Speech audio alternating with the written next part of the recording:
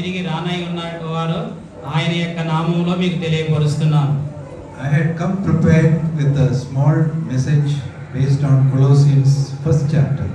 కొలస్సీయులకు రాసిన పత్రిక మొదటి అధ్యాయములో నుంచి నేను సిద్ధపడి నేను ఈ స్థలానికి వచ్చినాను.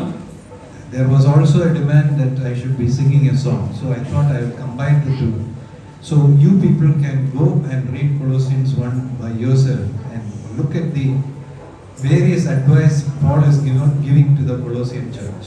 ఆ యొక్క కొలస్సీలో ఉన్నటువంటి సంఘానికి అనేకమైనటువంటి మరి సలహాలు సూచనలు ఇస్తున్నటువంటి మాటలు మొదటి అధ్యాయంలో మనం చూస్తున్నాం. దానికంటే ముందు నన్ను పాట పాడమని నన్ను అడిగినారు కాబట్టి నేను అది కూడా పాడాలనుకుంటున్నాను. Can we turn to Ephesians 6:14? దయచేసి ఒకసారి ఎఫెసీయులకు రాసిన పత్రిక 6వ అధ్యాయం 14వ వచనం చూద్దామా? ఎఫెసీయులకు రాసిన పత్రిక 6వ అధ్యాయం ఒకసారి.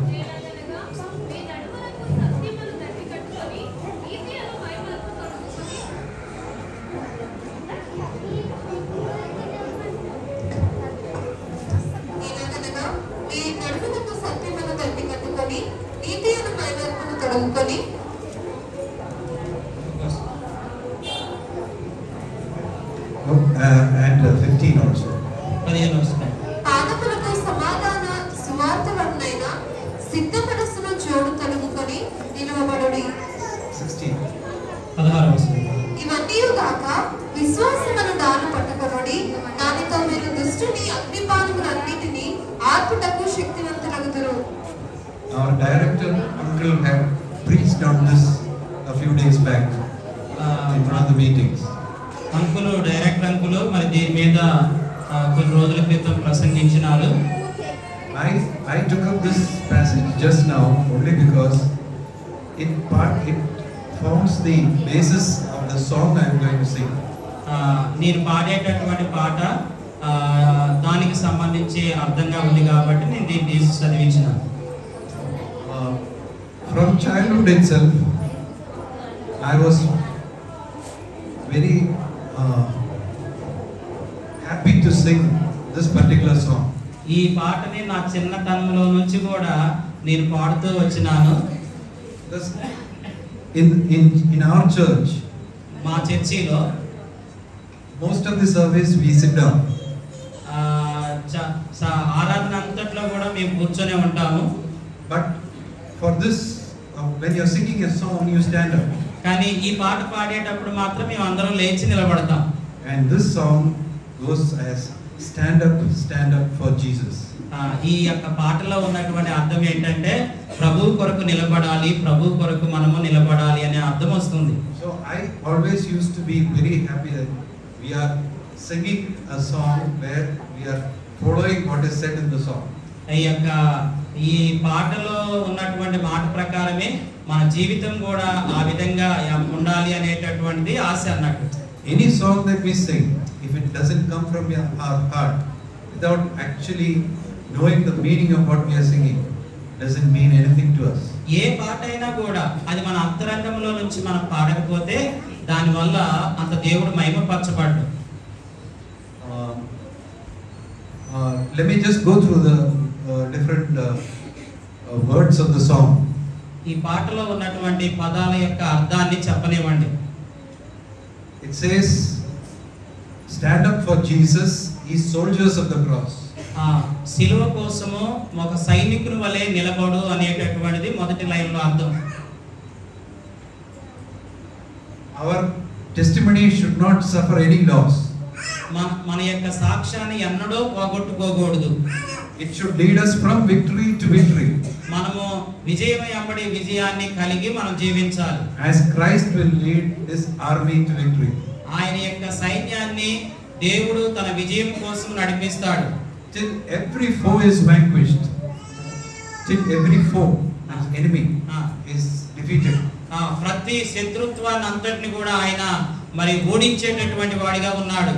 Till that time Christ is our Lord indeed. మన శత్రువుని పూర్తిగా ఓడించేంత వరకు క్రీస్తు మనలో నివాసం చేస్తూ వస్తున్నాడు. Then again the author goes to say, stand up for Jesus. యేసు ప్రభు కొరకు నిలబడు.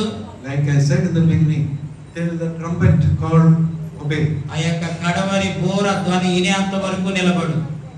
From all mighty conflicts here, ఇక్కడ మరి ఒక బలమైనటువంటి యుద్ధం జరుగుతున్నప్పటికీ to his glorious day.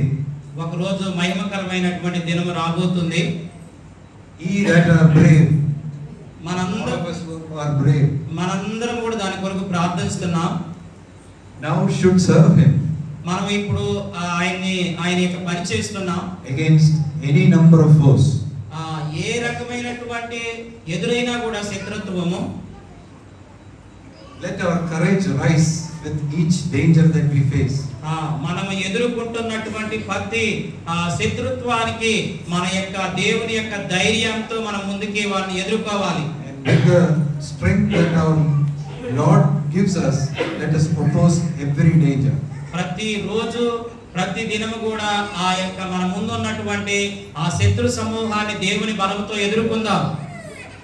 Then we come to the verse that I read in the beginning. నేను ప్రారంభంలో చదివినటువంటి ఆ మాట కాడికి వద్దాం.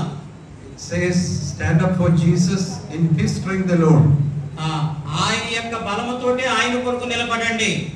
Our arms will fail us. మన యొక్క చేతుల్ని బలపరిచే దేవుడు. You should not trust ourselves, ఎవరు కూడా వారి మీద వారు ఆధారపడవద్దు, but trust in the Lord's strength. దేవుని బలము మీద ఆధారపడే వారిగా ఉండాలి. Put on the gospel armor. దేవుని యొక్క సువార్త అనేటటువంటి సత్యం అనే దట్టి కట్టుకోవాలి. Each piece సమాధానం అనేటటువంటి దాన్ని put on with prayer. మనం ప్రార్థనతో దాన్ని తొడుక్కోవాలి. Then we go to the next verse. Again it says, stand up for Jesus. ప్రభు కొరకు నిలబడండి, ప్రభు కొరకు నిలబడు. The fight will not be long. అది మనము చేసేటటువంటి యుద్ధం ఎంతో కాలం లేదు. Today it is a noise of our fight against evil. మనం ఈ రోజున మన యొక్క అపవాదితోటి మనం ఎదుర్కొంటున్నాం. Tomorrow it will be a victor's song. మనము రేపటి దినాన విజయవంతమైన పాట పాడబోతున్నాం. To any of us who overcomes the dangers of today, ఈ రోజు ఉన్నటువంటి మనకి ఎదురవుతున్నటువంటి ఏ కష్టాన్నైనా మనం ఎదుర్కొంటే our Lord will give a crown of life. దేవుడు మనకి కిరీటం, నీతి కిరీటం అనేటటువంటి దాన్ని ఇవ్వబోతున్నాడు. And then we shall reign with our King of glory eternally. మహిమకరమైనటువంటి రాజుతో నిత్యము మనము ఆయనతో జీవించబోతున్నాం.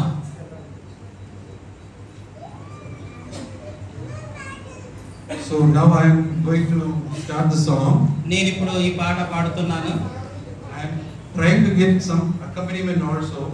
నాతో కలిసి మీరు కూడా ఎవరైనా పాడితే బాగుంటుందేమో అనుకుంటున్నాను. I will start with that accompaniment.